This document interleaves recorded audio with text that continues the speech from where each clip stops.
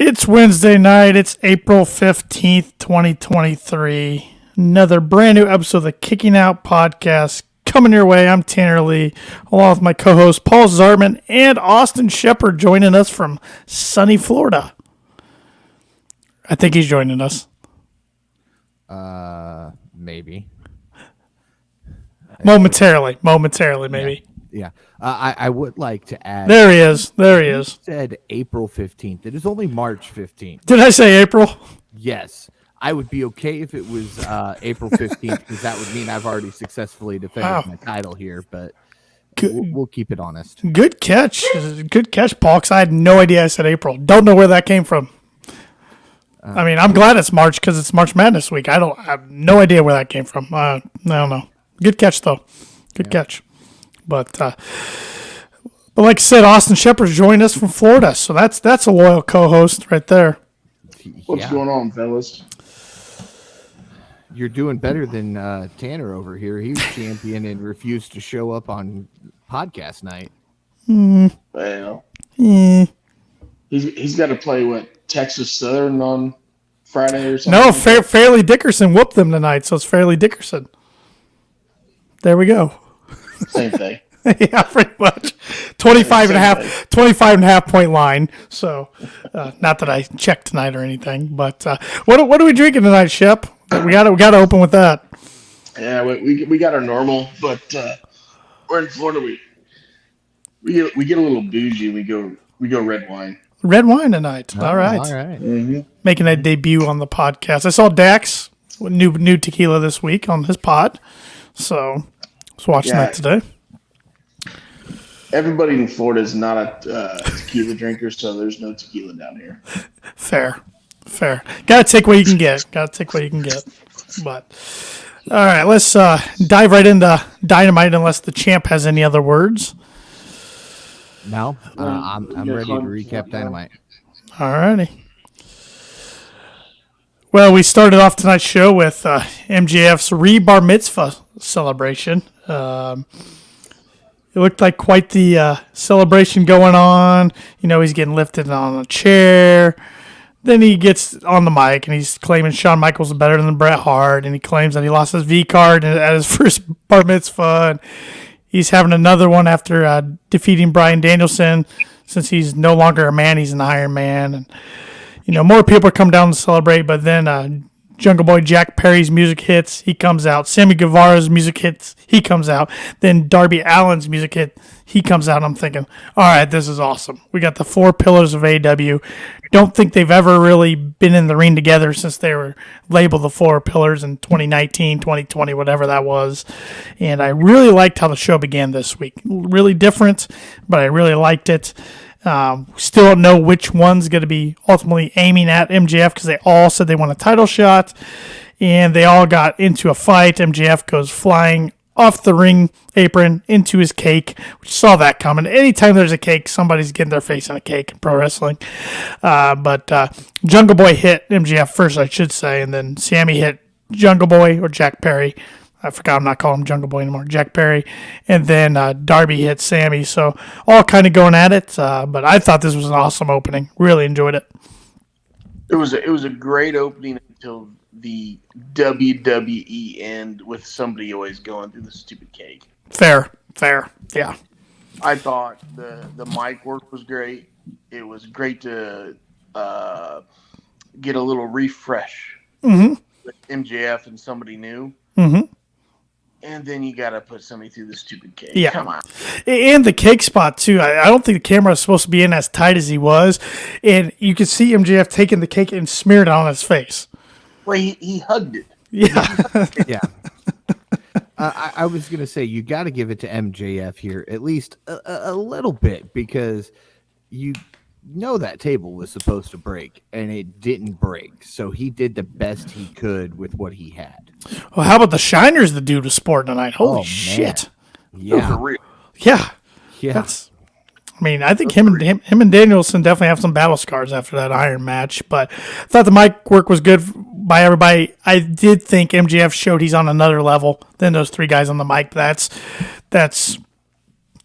typical MJF. Not too many guys can match him on the mic, but I did like the the Zeners back and forth. Sammy throwing some in there after MJF threw some at him. I like Darby complaining about the guys in the back, whining about their contracts on Twitter. So a lot of realness in there. I really enjoyed that. I thought Darby and I don't like the guy, but I thought Darby and Sammy stood out above the other guys. Yep. Oh yeah, by far. Yeah, but there was some good. Anytime you can get the crowd going, ooh, oh, during the promo, was pretty good. So, and again, the crowd was hot tonight in Winnipeg. In Canada, big news with AEW. They're going to do a 6-show tour in the summer, including Forbidden Door in Toronto. So, Tony's not going to get that question he gets every time he does a media call. When are you coming back to Canada? When are you coming back to Canada? He's kind of put that dead. So, Yeah. So I got a question for you guys. Out of these 3 guys, who would you like to see? Presuming one of these 3 guys is going to face MJF at Double or Nothing, even though we're over 2 months away from that. Who would you guys like to see that be out of these 3? Shep, go first. Well, I think you're going to see at some point there's going to be a 3-way match for the number 1 contender, I guess you could call it. And out of that 3-way match, I'm going with Darby Allin. Yeah, I got to agree with you here because, I mean, I don't think Double or Nothing we see the title change hands. Darby can take an L and not have to worry about it. The other 2, Sammy's getting a lot of L's with the JAS.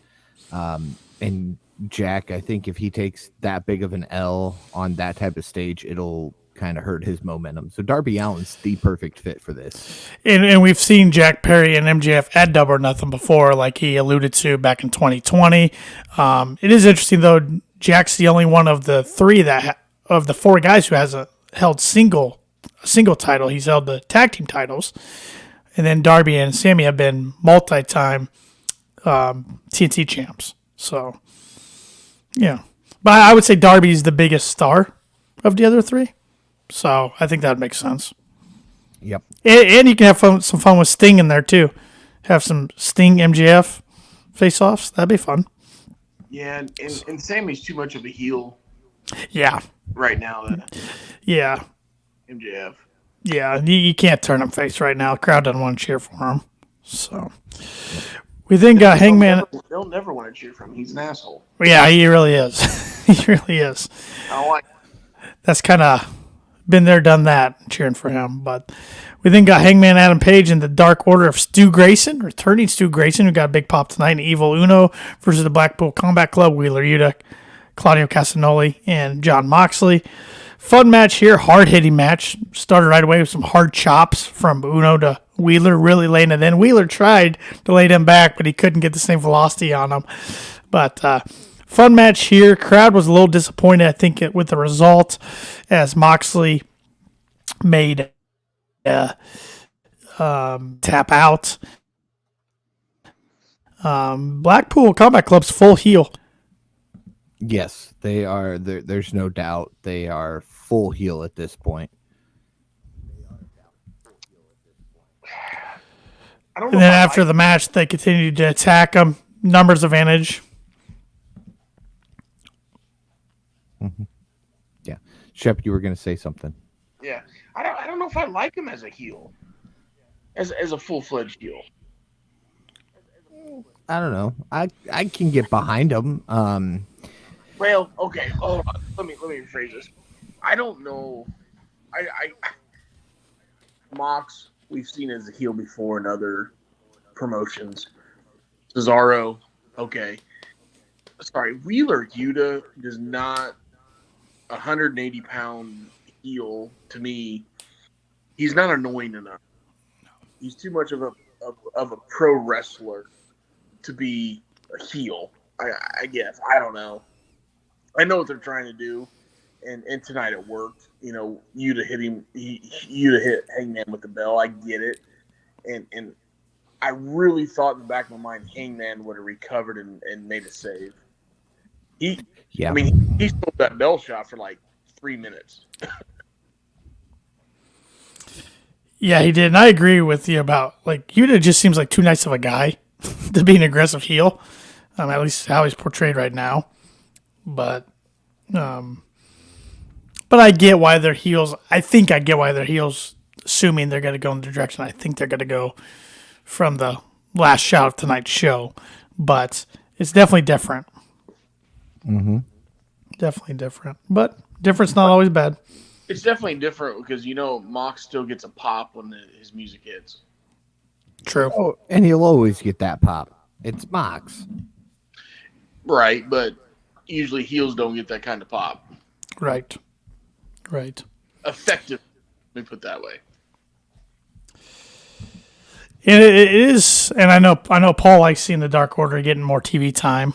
I mean, I can take him or leave him, but it was nice to see Stu back tonight. I've always thought he was an underutilized talent when he was with AEW. So yes, and that's the kind of the Dark Order I wanted to see. What used to be underutilized, Stu Grayson, Evil Uno. They were a good tag team when they got off to a bad start with Uno running the Dark Order. Yes, and Brody Lee came in and kind of changed that around, and then they became face when he passed away. And I think if they would have kept them heel, it would have been fantastic. But I know why they made them face. Sure, they had to. They were put in an impossible situation, and I mean, if Brody was still with us today, I think the Dark Order would be completely different than they are right now. So they'd be trios champions.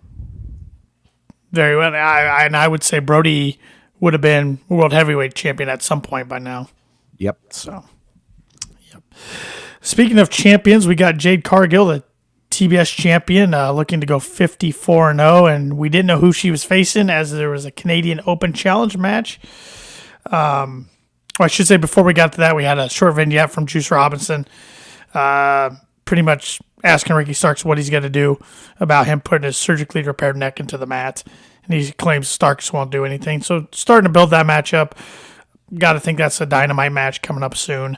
But anyways, back to Jade.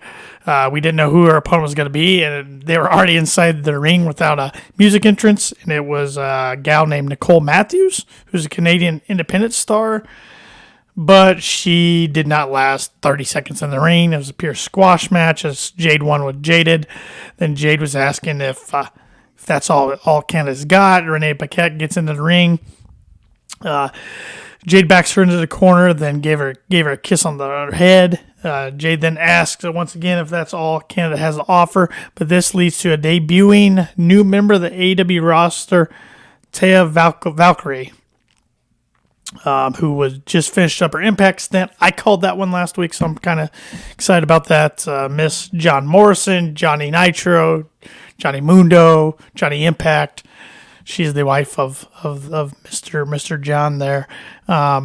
Good face-off with Jade, and then Layla Gray tried to attack Taya when she was leaving, and then Taya hit her with Cargill's own finishing move, Jaded. So I thought that was pretty good. I can get on board for this feud. This is somebody I can maybe believe in that could snap Jade's streak. Yeah, I think if we're going to have to get away from the original plan that they had, which was Statlander to break the streak, this is the perfect way to do it. She's the same size. Mm-hmm. Yeah. Which I know I don't want to. It sounds different when we're talking about professional wrestling, but she literally looked Cargill eye to eye. Right. She's got the look. She's built well. She's got the build. Yeah, like we talked about it last week. Like who would be? We were talking about her, Lufisto, who I think is.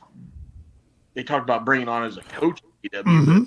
Mm-hmm. So like, yeah, I could get behind this feud. She's very, very what's the word I'm looking for? Charismatic. Yeah. She has the charisma. Obviously, she's been everywhere. She's worked for everybody and seen it all. So, yeah, very good addition. Overall, I don't know if there's any, but that sounds really bad. She's got to be one of the top 5 workers added to the AEW roster. I agree. Women's side. Just because she has the experience, she's been everywhere. Yep, I agree. And she got the graphic from Tony in the tweet from Tony Khan, and Sean Ross Sapp was saying that he didn't know the contract length, but he presumes it's a long term deal. So what do we call Johnny if he comes? Johnny Elite. Johnny Elite. Johnny. Well, when he was doing a little bit of work with AEW, he came out as Johnny Dynamite. You're right, he did, didn't he? Yeah. Didn't he? Because when that graphic flashed, everybody thought it was Gargano. I remember that night. Yep. So if he works on Friday night, it's Johnny Rampage. Johnny Rampage. Yes. And then whenever this Saturday show supposedly comes out, he's going to be Johnny whatever. And I'm sure he's been Johnny Dark and Johnny Elevation too. Oh man, yeah. I think he's just happy on the independents right now. I haven't read up on him being anywhere lately, so I think he is taking his bookings the way he wants it. Yep, doing just fine. He's getting ready to appear for Warrior Wrestling in Grand Rapids. Yep, that's a good spot for him. Or whatever. That's a good spot for him.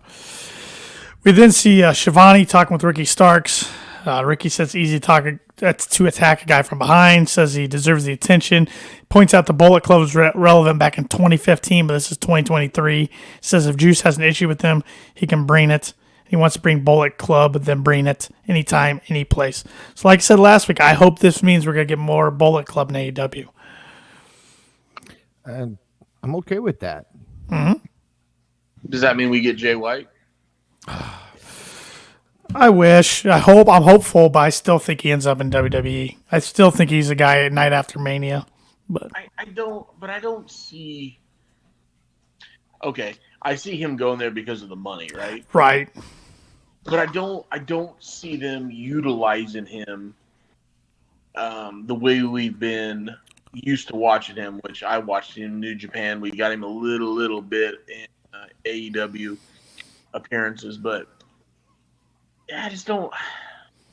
I don't feel like he fits there. Yeah, and I watched some of Monday Night Raw this past week and loved the Cody stuff, of course, which I'm a Cody fan. I mean, look what I'm wearing tonight. Of course, I'm a Cody fan, but Mark, it's just so different. And I know every promotion is different, but it's just the wrestling is so different in WWE compared to AEW. And I'm with you, Shep. I think he would fit AEW better, but everything I read is pointing WWE's direction. So yeah, I hope the dirt sheet's got it wrong. I do too. So okay, if he debuts the night after Mania, is Cody going to be in the ring celebrating, and his music hits then? Could be. I mean, as big of a star as he is, he's got to come in and go straight after something gold, right? Or unless they want to do their Bullet Club angle or whatever they're going to call it. Now, I see him wait until Monday having a Cody celebration and breaking up the Cody celebration. Let Cody have his Mania moment, right? Yeah. Mm-hmm. You got to. Yeah. You got to. So we then got the first episode of QTV, and it's shown backstage. They're sitting around TMZ style. Because at first I'm like, where have I seen this kind of show before? And then I'm like, oh yeah, it's TMZ that used to run like late at night, and the guy's sitting there and talking all gossip. So I chuckled at that. I'm like, okay, this is kind of clever. And then they're talking about Wardlow's tough week, and then it's shown that Aaron Solo was the one who broke into the car and robbed the title. So I got worked. I'll admit it. I got worked. Plain and simple. Feel like a fool. QT then claims he has Wardlow's passport, so he can't be at the show. And Hobbs welcomes him to Will's World, bitch. So I don't know. If you listen to the window breaking, it doesn't sound like a normal car window breaking. That's the problem I'm having with this. I'm kind of leaning towards it actually happened to an extent. Maybe not everything got stolen, but somebody broke into his car. They were caught in the act, so then they turned it into the storyline. Yeah, it could be. I don't know. I mean, this is the only entertaining thing in the last 3 years that QT Marshall has done. Mm-hmm.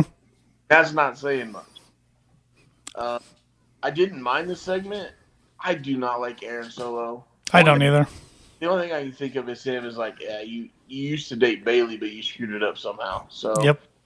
I guess you're Bailey's second better half, and you're QT's bitch. But Yeah. other than that, Yeah. yeah. I still don't know about the Hobbs and QT pairing. It doesn't make sense to me. Yeah. I mean, there is a long-term story there, but it's one that we all forget about. That QT kind of did him a favor, or Hobbs did him a favor, and then QT said, "I'll return the favor. I got you yeah, back." but it was so long ago. I don't know. QT got into it with some people on Twitter this week, especially Raj Giri, who used to own Wrestling Inc. That was kind of interesting back and forth. If you paid close attention to that, it kind of got personal, and they both guys apologized eventually because it got kind of heated. But yeah, I don't know. It was fine for what it was. It was a lot better than the closing of last week's show. So we'll see. We'll see how many of these they do, or if it's something that's going to flop and they have to drop it. I don't know. Then we got a title defense. Orange Cassidy was defending the new AEW International Championship versus Jeff Jarrett, which is literally the same belt as the All Atlantic was. It's just different name on it. Yeah, it says International instead of All Atlantic. I thought maybe they would debut a new belt with it as well, but That's kind of what I was hoping for. interesting match. Jarrett had the upper hand for most of the match, but that was because the goons were involved, Sanjay Dutt and Satnam Singh, until Aubrey Edwards finally kicked them out after many teases of using a guitar and different things. Then we saw Lethal get involved. Jay Lethal got involved and hit Orange Cassidy with that stupid Golden Globe award he keeps carrying around. I kind of thought it was over there. I thought Double J was going to become a champion. I think most of wrestling Twitter was fearful. From what I saw throughout today, they were real fearful that was going to happen tonight. But Orange kicked out, and Orange pretty much on one knee managed to reverse the stroke and hit the Orange punch to win. So, yeah. Yeah, this was an interesting match, needless to say. I've been enjoying Jarrett's work. I know he's on TV probably a little more than I like, but he's doing good work. So, Well, I wouldn't say I'm enjoying Jarrett's work. I always enjoyed Jarrett's work. He's a good worker. I enjoy Orange Cassidy, always have since he debuted. I know Shep slowly coming around to him. Tanner, you're still 50-50 on him. the guy can go in the ring. It's just his gimmicks, just not really for me. He's very talented. And if you would go back to the green shorts that he used to wear before Orange Cassidy was born, you'd see a lot more high-flying, not slow-moving stuff. But the ref work tonight was amazing. Yeah. Let's give it up to Bryce, right? Mm-hmm. Bryce Remberg. Didn't fall where he needed to fall after he got the headbutt, so he found a way to limp his body into that position. That's great. He's one of their better ones. I thought the match was entertaining. I love that false finish there, which everybody in their world besides one person thought Jarrett just got. He just got a title at 56 years old. I think how old he is, and I loved it. We got rid of Satnam Singh, and I will say about Satnam, since you brought him up, I don't mind how they're using him right now, though. They're not pushing him on us. They're not forcing him in the ring. They're just using him as the big goon on the outside, and he doesn't have to do too much because he's so big. I don't mind it. I don't think he can do much. You got to watch hand placement, though. He almost caught a suit tonight. He did. That's a big suit. That's a very big suit. That's a lot of fabric. It's a lot of fabric, specially tailored, for sure. But I thought the match was entertaining. Yeah, I love the ref work. I love Aubrey coming down. I think Aubrey is super entertaining. Yeah. She's her mannerisms are over the top, which I love. Yeah. Makes a good ref. Now, I thought for a second when Trent came down, I thought we might get an accidental Trent goes for the guitar swing, misses and hits Orange, or Trent turns on Orange. I kind of thought that tonight for a second, but obviously didn't happen. He just came down and took out Lethal, I think it was. Yeah. So, I don't know. I still think one of these days something's going to happen there with that Best Friends faction. Somebody's got to turn. It'll be Trent that turns. Yeah. I mean, he's already done singles work away from the Best Friends, and he's good as a singles worker. He's the only one that can go. Yeah. Chucky T had a legit injury tonight. So it looked like he had a bloody mouth and stuff. So I don't know what happened there. He said that's why he wasn't at the show. Yeah. Chucky T, I don't think can survive as a single. So I don't either. Not anymore. He used to be able to, but not anymore. Even though he's the Kentucky gentleman. Yep. But it'll be interesting to see who takes that title, even though it's a new title, quote unquote, off Orange, because Orange has had it since December. So long run for him. One of the longest runs apart from the World Heavyweight Championship. And the TBS Championship. Well, okay, in the men's division. Okay. I thought you were going overall, but Tony protects Orange. Orange doesn't take too many L's, and when he does, he doesn't look weak in taking those L's. So, and it's probably because of how much guff he gets online, and that's one of his boys, and he wants to protect him.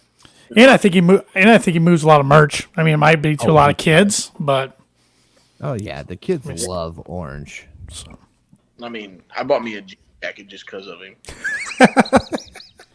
False statement. They don't make jean jackets. We can find you one, Shep. All right, I'm gonna wear it just for that. Paul, that jean jacket bit right there might need to be snipped right after the pants comment into the intro. Yeah. It might just be perfect right there. Yes. Get this dude some pants. I bought a jean jacket because of Orange Cassidy. I'm sure he was the ref tonight at the main event, but I didn't notice him tonight. No. Aubrey was the main event ref. Okay. Yeah, I didn't see Knox. I'm a little bit behind you guys, so I got a little watch along going on. Oh, okay. Right now, the Elite are just coming down. Okay. So all right. Seen who the ref in the ring is. In fact, there is no ref in the ring right now. Kenny's going around and kissing and hugging, signing babies. But Kenny got a huge ovation. Yeah. So does Chris when he comes out. So Winnipeg zone right there. So we'll take it a little slow so you can watch the match. We'll talk about everything leading up to it. Yeah, we got to buy ourselves like half an hour. Aubrey is the ref. Okay. Yeah, I didn't think Gil Knox. Maybe Knox didn't have a passport. Maybe they. Knox was there. He was. Was he? He was the ref for BCC and. Oh, okay. Dark Order. Okay. Yes, and his pants didn't fit. Way too big at the bottom. Looked like he was wearing bell bottoms. And when he bent down, they went up to his calf muscle. Absolutely. Only in Canada. I wish, but no, it happens in the U.S. for him all the time too. So we got a new music video from The Acclaimed. Shows Max Caster talking about what the team has been doing and how they won't stop until they're in the zone to bring the titles back. Yeah, another good little thing from Max Caster. The dude's got talent. I'm telling you, if he ever goes to WWE, you got to have a Cena Caster wrap off. They won't because they won't let him say what he wants. Yeah, I know, but you know what I'm saying. It would, the Doctor of Thugonomics and Max Caster in a wrap off would be. It would be fun. Very entertaining. It'd be fun. I did see where Big Match John, he and Cody had a exchange of words when he introduced Cody 2 weeks ago, and Cody kind of told him he wants to have a match with him, and John kind of told him he couldn't guarantee that because he doesn't know how many more he's got left in him. So, which is just weird. I mean, I know he's in Hollywood and he's getting old, but it is just weird to think of WWE without Cena wrestling once or twice a year. Well, we just got over that with The Rock, and then now it's Cena. Yeah, I know. Triple H is gone. There was Well, you talk about that. There was no chance Rock was coming back because, he made a comment that they reached out. He didn't have time to get in physical condition, right? Cena's done almost just as many movies in the last 3 years as The Rock. 100%. And you know what? We're going to get Cena a month before WrestleMania, and so yeah, I don't buy if that was the reason from the Rock's camp. I don't buy that he couldn't get in shape. The guy is in better He's shape humongous when he was working. 300 nights a year. Yep. So. Yeah. I still think it's a work, and I think he'll show up closer to Mania and do something. I mean, it's in Hollywood, for crying out loud. Yeah, well, just as long as he doesn't show up with a blowtorch again like he did at WrestleMania 32. That was stupid. Please, no. He did beat Eric Rowan that night in 6 seconds, though. So. Yeah. I was watching a show the other day that was talking about, like, these guys had to give one thought about every WrestleMania, and it was pretty entertaining. Like, I forgot how bad some of the WrestleManias have been. Oh, remember the Toga Party one? Oh, that was the worst. 5? That was 8 or 9, I think. Was it that? Because that was the one where Yokozuna beat Brett, and then they had Hogan beat Yokozuna, and he had the black eye. And that was when they had the 6'6" or 7'7" giant Gonzalez against Undertaker in his fake suit. Yeah. Oh God. That was like in the parking lot of Caesar Palace or something. Yeah, that was really bad. Really bad. Really bad. Back to Dynamite. We see the Outcast come out. So Saraya, Ruby Soho, Tony Storm. Ruby gets on the mic, says at one time the grass was greener in AEW until a couple of bitches pissed on the lawn. Saraya says they're going to show that AEW is their house, and without them there would be no division for anything to be built on. She then takes a shot at the crowd before Tony Storm says when she became an interim champion, she wore with a smile, but none of the fans appreciated them. That was a little shot at Thunder Rosa. I kind of chuckled at that a little bit. Yeah. Somebody we haven't seen in a while. Tony realized the fans don't know what they want, so they're here to give them what they need with who is in charge of the division. They're the Outcasts. They're not going anywhere. They've been having too much fun going through people. However, that leads to Jamie Hayter and Britt Baker storming down to the ring, but the numbers game's too much. And then that leads to Britt Baker getting dropped with Destination Unknown and Hayter getting hit by Storm Zero. But then Willow Nightingale, Sky Blue, and Rio charge down. Rio's holding a metal pipe. That leads to the Outcasts running away and retreating. That was a PVC. Wrapped in like a towel with some electrical tape on it. It was. Never mind. I don't want to. I was happy we got a decently long women's segment and a women's match tonight and debut. I was like, all right, because as we talked about earlier with Taya Valkyrie, I mean the women are starting to get some really good talent, some depth. Got to start showing it off more. Mm-hmm. So, hey, and the Outcasts with the big shout out to the Bella Twins with the flannel tied around the waist. The Garcias. Okay, Garcia. All right. There's no more Bella Twins. It's the Garcia Twins. Yep. One's a Danielson. That's all that matters. Yeah, but she put Garcia in front of Danielson. She hyphenated her name on social media. Yes. It'll be interesting to see where they pop up eventually. I don't think their wrestling days are done quite yet. I don't think Nikki can work much anymore because of her neck. Yeah. Yeah. Bree can still go.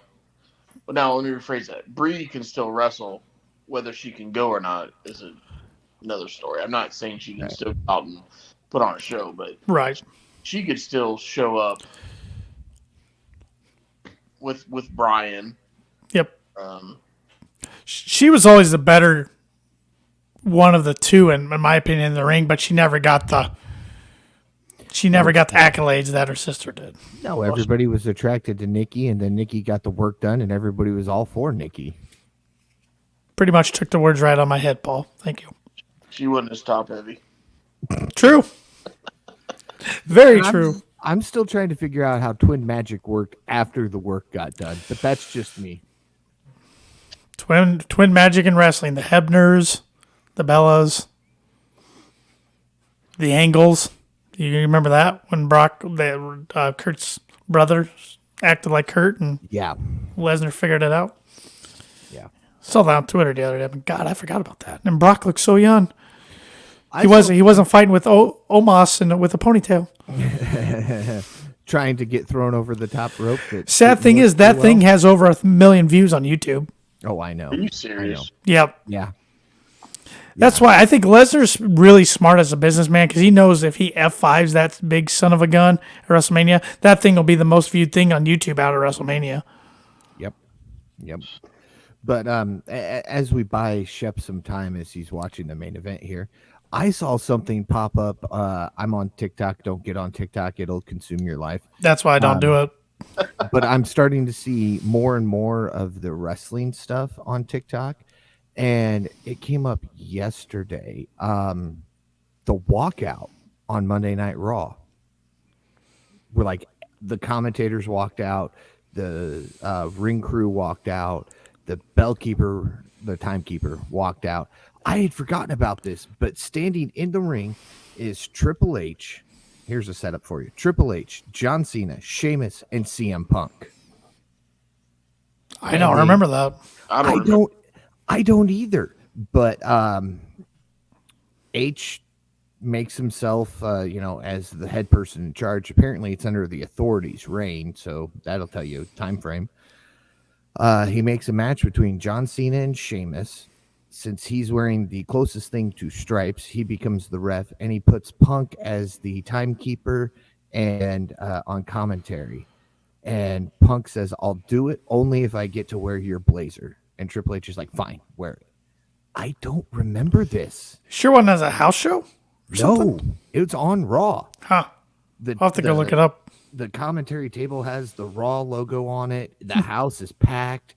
There's speakers. I mean, it is set up for Raw. Vince ends up showing up in the middle of the Cena-Sheamus match to correct things.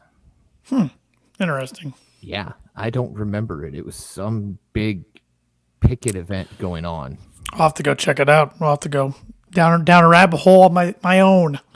Yeah. And then we can cover it next week. There we go. But the main event was the House of Black against Jericho Appreciation Society and the Elite for the World Trios Championships.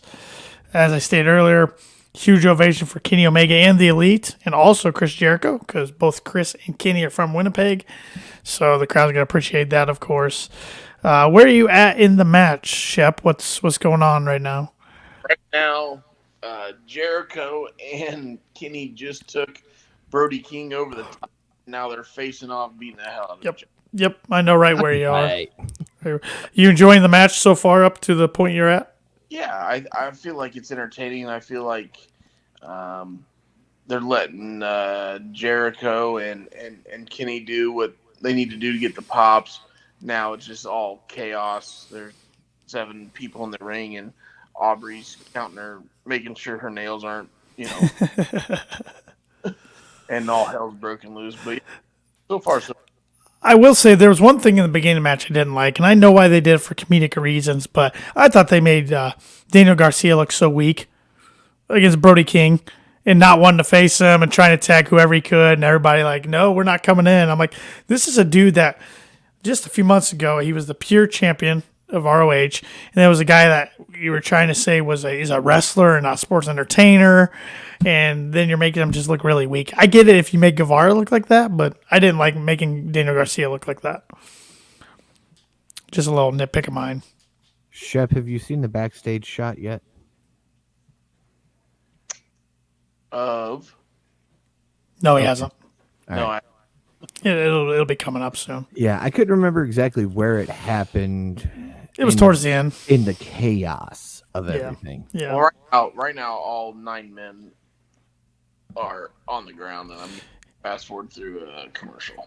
There was a lot of gang warfare kind of in that match. But it's trios match, and it is interesting to me, like, when we have a trios match that it is only 2 people in the ring at one time and not 3. Yeah. I still am trying to wrap my head around why that is, but that's why I don't have the pencil. Yep. I'm sure there's reasons to it. I mean, for structure of a match, it's probably easier to do it that way, but... I was very impressed about how Kenny snapdragon suplexed Brody. Yeah. Like, I get him doing it to the other guys in the match, like Malachi, not so big. Brody or Buddy, he's a little bit bigger, but he did it to Brody King, and I'm like, either Brody King really pushed off and sold it for him, or Kenny's a lot stronger than we think he is. I think it's a combination of both. I mean, Kenny's pretty yoked right now. Probably about the most he's ever been in his career. But Brody sells for a big guy. Brody's so underrated. He really is. He's huge. He is a huge guy, and he moves like a freaking train in the ring. House of Black was pretty dominant tonight at times, which they need to be. They need to push those guys to the moon. Julia didn't get involved. We didn't see Cutler get involved. Nope.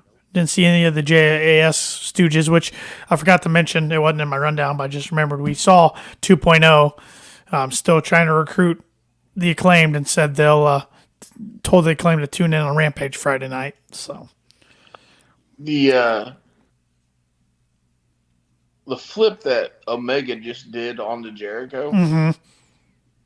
That's like, he was so smooth tonight. He was, except there was one spot, and you'll get to it. And when you see it, I want you to let me know, and I'll tell you what to look for. I want you to look for if you think his vertigo acted up tonight. Oh, yeah. Because I think it did at one spot towards the end of the match. I could be way wrong, but... He could have knocked himself loopy because Jericho didn't really catch him that well on that flip over the top. Yeah, that was... His shoulder hard on the mats. And I'm sure Jericho, took a little bit of the brunt there, but now Brody's getting up top doing something stupid, but... Yeah, there's something towards the end of the match, like, unless there's a spot missed, but he kind of does something. I'm thinking, well, is he all there? But, yeah. I don't want to ruin anything. So. No. There was a couple times where I wondered if Kenny was okay. But, I mean, when he was in the zone tonight, with hitting V-triggers, snapdragons, and doing moonsaults, he was... Remind me why he is the best in the world. Or one of the best in the world. That's Bout Machine. You're using that best in the world all really, really lightly there. Last time I looked, the best in the world was eating chocolate cupcakes out of Chicago. I was going to say he's eating muffins. On the microphone. Yeah, we've moved on to pickles now. Yeah. Isn't that crazy? Can't even get them pickles right now. And when I tweeted you guys yesterday, or when I sent you guys his tweet, I'm thinking he's coming out with his own pickles. Well, probably gonna team up with him and have an MJF style pickle. I see it coming. I'm guessing that company he's somehow got a connection to. So if he didn't, he does now. Oh well, they used his little press conference snippet. Sure.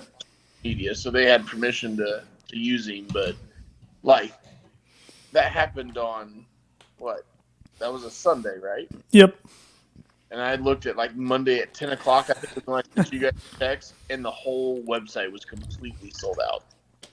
Everything, not even like every flavor. Some of those flavors I just looked at and went, that doesn't even sound like it would go well together, and it's sold out. Well, he had, I don't think honey mustard pickles sound good, but he had them on stage with him. Now, he didn't eat any on stage, but he had them on stage. I don't think he ate any on stage. No, I think he just had the kosher. Yeah, but he had the honey mustard on stage. He never ate them, though. Those are sold out. Everything was sold out. You, like I said, you couldn't even buy a damn. It's good business. Smart Yeah. business. Smart business. But guess what? And Eventually, I'm gonna pay, I think, $12 for a jar of pickles, and I'm gonna have them shipped to me, and we're gonna. I'm all Sounds for it. good. You know, I'm not a big pickle guy, but if you get them, I'll try one. How about that? We're gonna try. I did like the spot, and I hope Shep's already seen it. I hope I'm not ruining anything, but I did like the spot where Jericho hit Omega with a code breaker in midair. Yep. That was nice. That was nice. Yep. Right now, just Sammy super Spanish fly.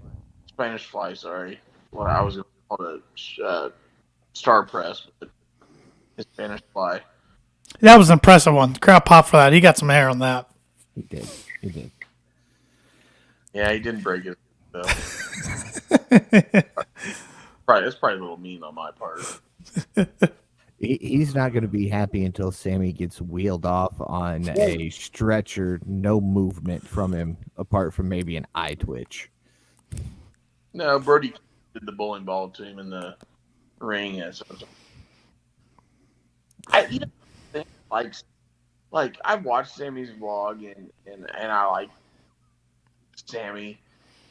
He's doing his job right now. So He is. you know what? His job right now is to be a little asshole heel and doing it perfectly fine. Oh yeah. And he's going to bring the fact that he's got a hot blonde wife, just bought a new house in I'm guessing. I think Florida, yeah. Yeah, I'm guessing Florida. And so, you know what? He's doing it. You know Yeah, what? he's got a pretty good life. Yeah, good for him. So, Mr. proposed to a new girl after 7 months. That was good. That popped me. And then he went right back with a fiance comment to MJF. Didn't your fiance just leave you at MJF or whatever? You know what? And I hope MJF uses that when we come to 2024, the bidding war, whether or not we have seen that or not. Oh, there was a little botch there from Sammy. Another shining star. Anyways, I hope they use that against him going when he gives a passionate promo like, look, my fiance left me because I wasn't making enough money or something. Like, ties that into there because then it gets really personal of why there's a bidding war of 2024. Yeah, that'd be a perfect piece to put in there. I agree. You guys write that down next year when we start getting promos from him. Shep said it first. Shep called it in mid-March. I called it mid-March. Or mid-April if you ask Tanner. Shut up. All right, House of Black just retained. Okay, so you saw the backstage brawl then. The backstage brawl was Dark Order and BCC. Yeah, I saw that. Okay, well, that'll make sense here in a bit. But like Shep said, the Dark Order, the House of Black won by hitting Dante's Inferno on Daniel Garcia to retain after Malachi hit a spin kick. Who is not the legal man. Just saying. And then Hager comes down in a leopard print outfit. And then, okay, now makes sense, Tanner. Go ahead and keep going. Yep. Jake Hager came down to fight off the champions. We got overwhelmed, and then we see the Dark Order and the BCC come out, brawl to the ring. Hangman hits the ring. BCC surrounds him. And I'm going to wait till Shep gets to the end. I don't want to ruin anything. Oh, boy. Real-time reaction. It is real-time reaction. Okay, this makes a little more sense. Yep.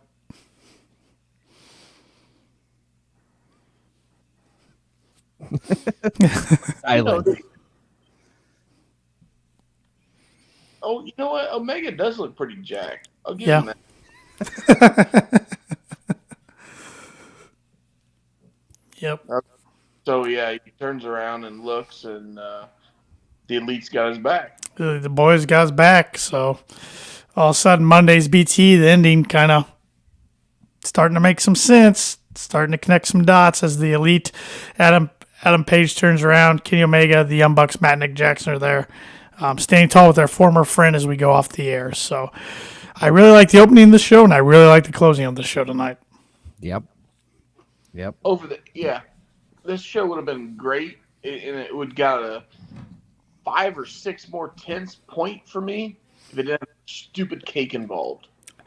Fair criticism, because the pacing was good. A lot of the in-ring work was good tonight. That's so WWE. It is. You're right.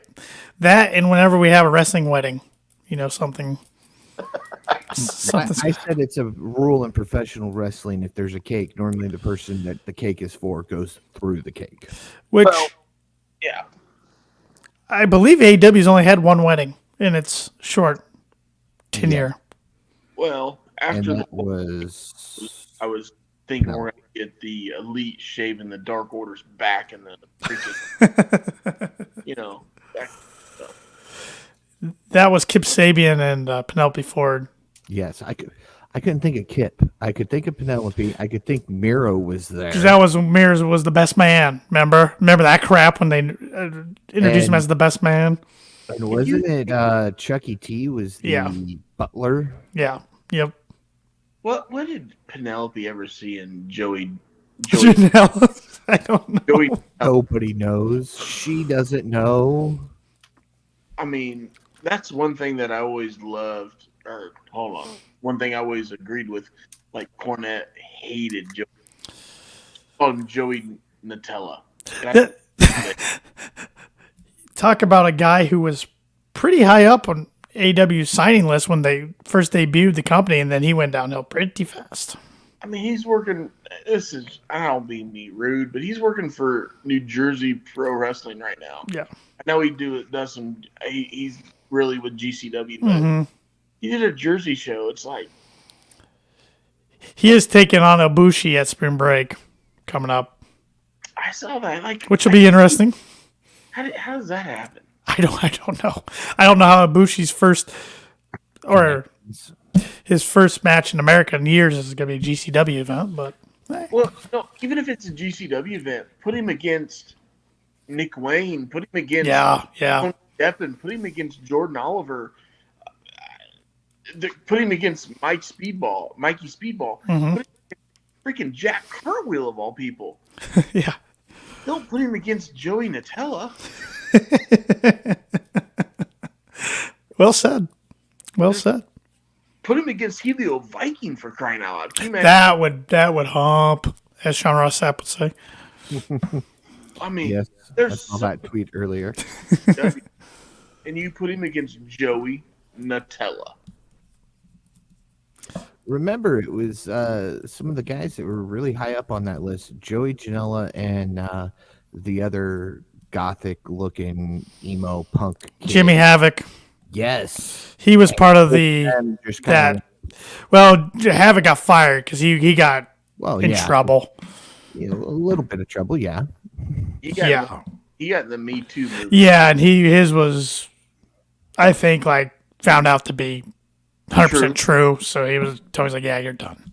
So that guy, he brings staplers and stuff. Remember that? He'd staple people early in AEW. It's weird. Weird. Yeah. But the spot I was talking about, Shep, was towards the end of the match. I don't know if Omega was going to hit the ropes or what, but then he just stumbled outside the ring, and then somebody ended up doing a moonsault onto all of them.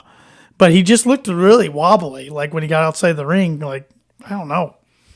Maybe he was just selling really well, but he looked because I know he battled Vertigo last year when he was out. So was that right before Sammy's botched jump to the middle rope? Yeah. Sammy just missed the rope a little bit. Just a little bit. And enough that the fans caught it and even responded. Hey, we all get a little vertigo when you have a little bit too much much fun. True. A little too much maple syrup. too much something for Kenny. But overall, I enjoyed the show tonight. What do you guys giving it for rating? I enjoyed the show. Like I said, I was late. Fast forwarded through it, but I like the show a lot. I'm gonna give it a 7.1. 7.1. A little high for me, but I like it. Yeah. I'm giving it a 7.3. 7.3. Mm-hmm. All right. And again, I don't like the cake spot. I would have been higher if it wasn't for the cake spot, but it went back up with the way MJF recovered from that spot. Because, again, that table did not break like it was supposed to, and he kind of kept pushing himself over the table so that the table would at least fall. So you got to give MJF some credit there. I'm going 7.8, so I'll be the high one of the night. I really enjoyed it. Like I said, I really liked the start of the show. It was different. I like the 4 pillars. I'm liking the youth movement AEW is starting to do, really putting the spotlight on the younger guys. And then the end, if you're a longtime BTE fan and a fan of AEW since it started, how do you not like that? I mean, starting to get back to that story, the original story of Hangman and the Elite. It's good stuff. When Hangman lost his phone and didn't get the phone call. Yep. That was Matt Hardy's fault. Yes.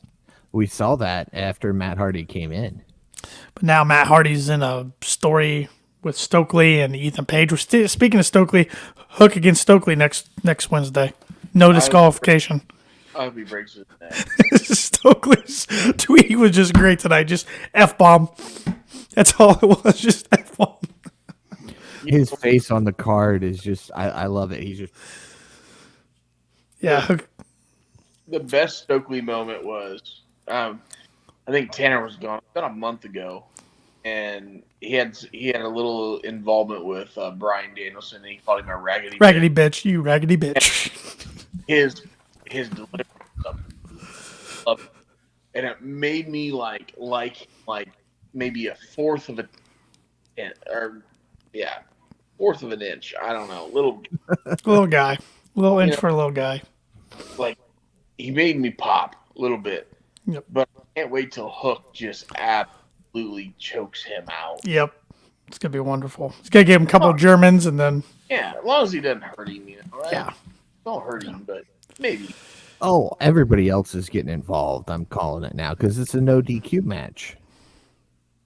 Oh, I didn't see that part. Mm-hmm, mm-hmm. So Big Bill is going to come in and... Big Bill. Ethan Page. But maybe Matt Hardy helps Hook win.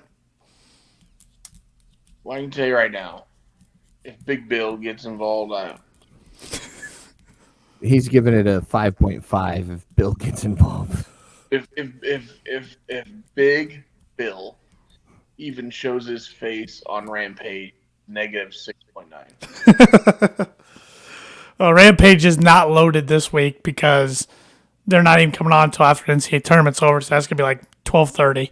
So they didn't really stack it very, very heavy this week. So no, I think it'll be. Yeah, I was gonna think it was close to 1 o'clock. It could be closer to 1 o'clock because it just depends. If other games go into overtime or whatnot, it'll be after the Memphis and for Florida Atlantic game. So. And they did it very smart, not even giving a rough time. They just nope, you can't. Because for other games before that on TT going to overtime, that pushes the next one back. So yeah, I mean, the real team plays on Friday at like 9. Yeah, Kent State, the Golden Flashes. You're right. IU that. Kent State. Yeah, you're right. Wrestler of the night for you guys. Go for it, Paul. Man, I've been kicking this around all night, but I'm gonna go Kenny Omega, huge pop, hometown guy, and he looks just jacked, and he was agile as always, if not a little more. And I always enjoy watching Kenny, and tonight was something different from him. It felt like good one. All right, go for it, Tanner, because you know way you're picking mine. Well, I'm going with the guy in the same match and a guy on the losing team. I'm going Chris Jericho, hometown guy. I think Jericho continues to go at it in ring at a high level. And he got a road named after him today, or honorary road, the road he grew up on. So that was pretty cool. Honorary just Chris Jericho way. Yep. I'm going with a guy that you guys are going to laugh at me, but I have been thoroughly entertained over the last 6 months. Has it been 6 months? 5.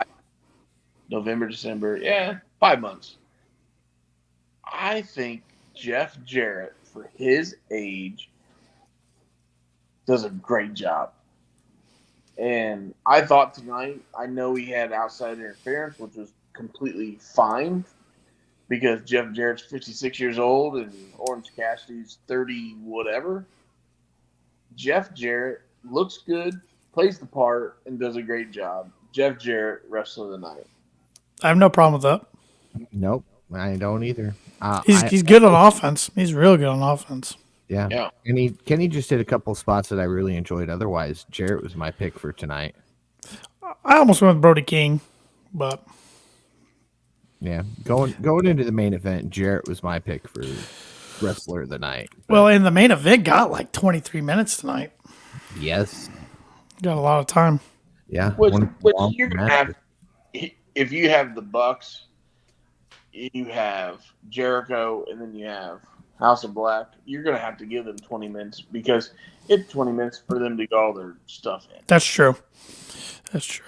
We have to get another Jericho Omega match somewhere down the road, don't we? I mean, these crowds are popping for it. Of course, tonight was in Winnipeg. I understand that, but Forbidden Door.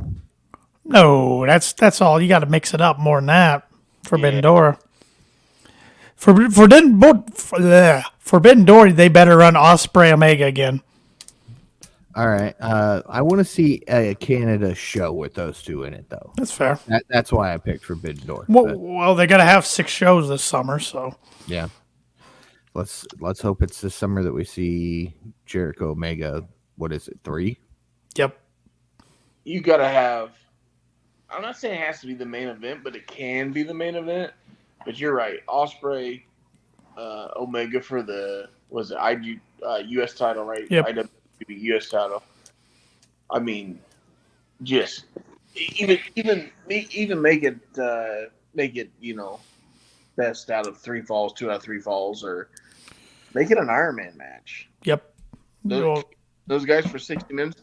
I think they went 40 minutes. I think on the Wrestle Kingdom. Mm-hmm. It was every bit. It was close to 40 minutes. So, well, you got to think we'll get Danielson Sabre Jr. That was supposed to happen last year, and Danielson was hurt. What's Sabre? What does he hold right now? He holds the television title, doesn't he? I think so. Sounds right. Yeah. He called out Moxley too this past week at World Cup. Now, I like that match. No, I don't like that matchup because Sabre Jr. is a technical guy and Moxley's a baller. Right. And I don't know if Moxley could come in and be that technical. Not saying he couldn't have a technical match. No, I don't like that one. Yeah, it'll be interesting with the matchups because there's going to be so many guys. Well, hopefully, unless they get injured, so many guys available this year that weren't last year. Now, we got looking forward. We got WrestleMania weekend coming up with a bunch of independent shows. Mm-hmm. Moxley from Bloodsport again, correct? Mm-hmm. And have they announced who he's facing? Let me look. I thought I saw it, but. And while you're looking that up, one thing we didn't mention is Rampage, I think it is, as Hobbs defends the TNT title for the first time against Ray Phoenix, which kind of goes back to the whole Death Triangle breaking up and the Lucha Bros going out on their own. Yeah, what are they doing with Pac? He's vanished again. He's an odd individual. Yeah. Yeah, they dropped the trios. They did a couple more matches after that, and then he was just gone.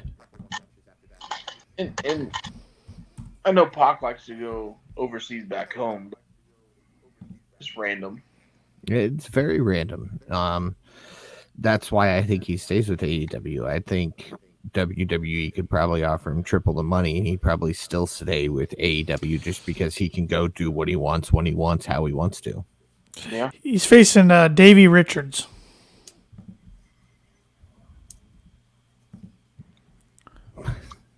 Who the hell's that? I don't know. There's a lot of good. But Kota Ibushi's against Mike Bailey.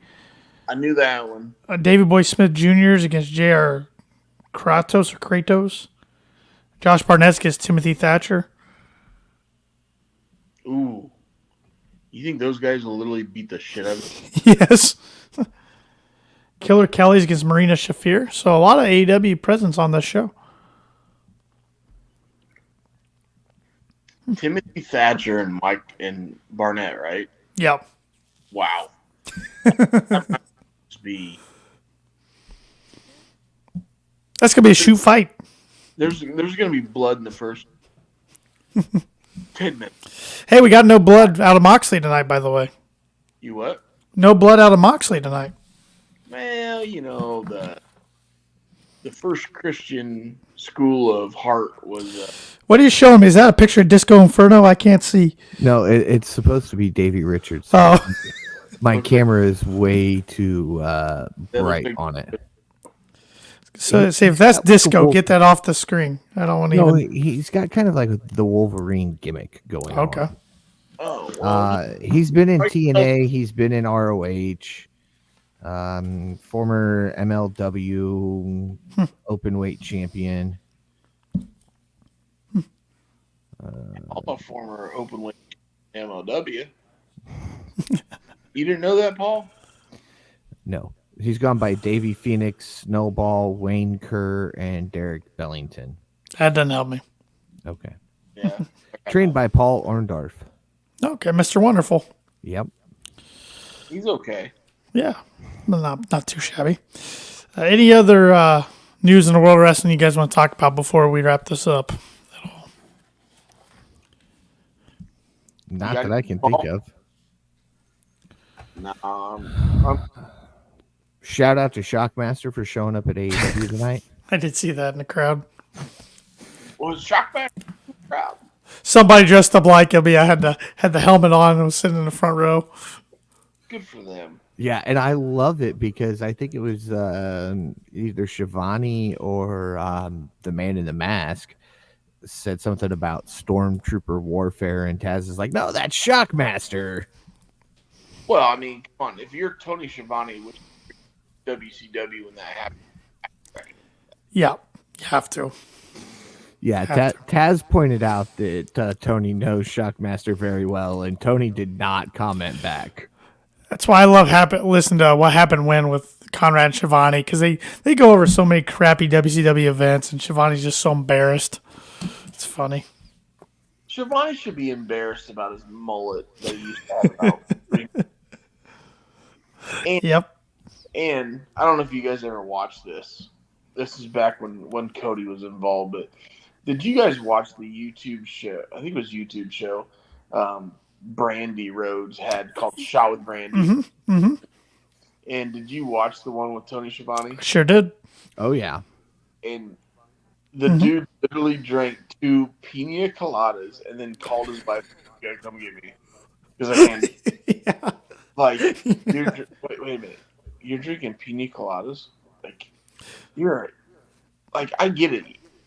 You're not on a beach. If you're on a beach in the ocean, yeah, have you a pina colada, but you're sitting in the middle of Atlanta, Georgia, in somebody's kitchen. You drink a pina colada, and then you gotta have your wife come get you? Come on, dog. Yep. And you had a shitty mullet at the time. Yep. But anyways. He was being responsible. He had a drink, so he didn't want to drive. Okay, Paul, I'll give him that. I do the same thing. Yes, you do. Well, if we got nothing else, I'll let Paul wrap this up. All right, I suppose I'll wrap it up. Oh boy! Don't get used to. You got almost 2 more weeks to hold that. And then continue to hold it. No. Yeah. I'll let you pop it up there, but don't forget to check out kickingoutshop.com. It's your place to go for great merchandise to help you support a great podcast and look fantastic doing so. You can use code March23 right now for free shipping. That is through the end of March, so you got to do it quickly. If you're going to order anything with free shipping, do it now. Be sure to follow the Kicking Out Podcast on all social media at Kicking Out Pod. Be sure to leave us that 5-star review if you listen to the Kicking Out Podcast on Apple Podcast, as we are going to be the 5-star KOP. We are climbing the charts in Canada because the Canadians love Shep. Be sure to follow Tanner Lee on all social media at TannerLee92. Follow Austin Shepard at TheShep27. Follow your Kicking Out Podcast Predictions champion at Paul Zartman921. And with that, for Tanner Lee and Austin Shepard, I'm Paul Zartman. Join us again next week as we kick out yet another podcast.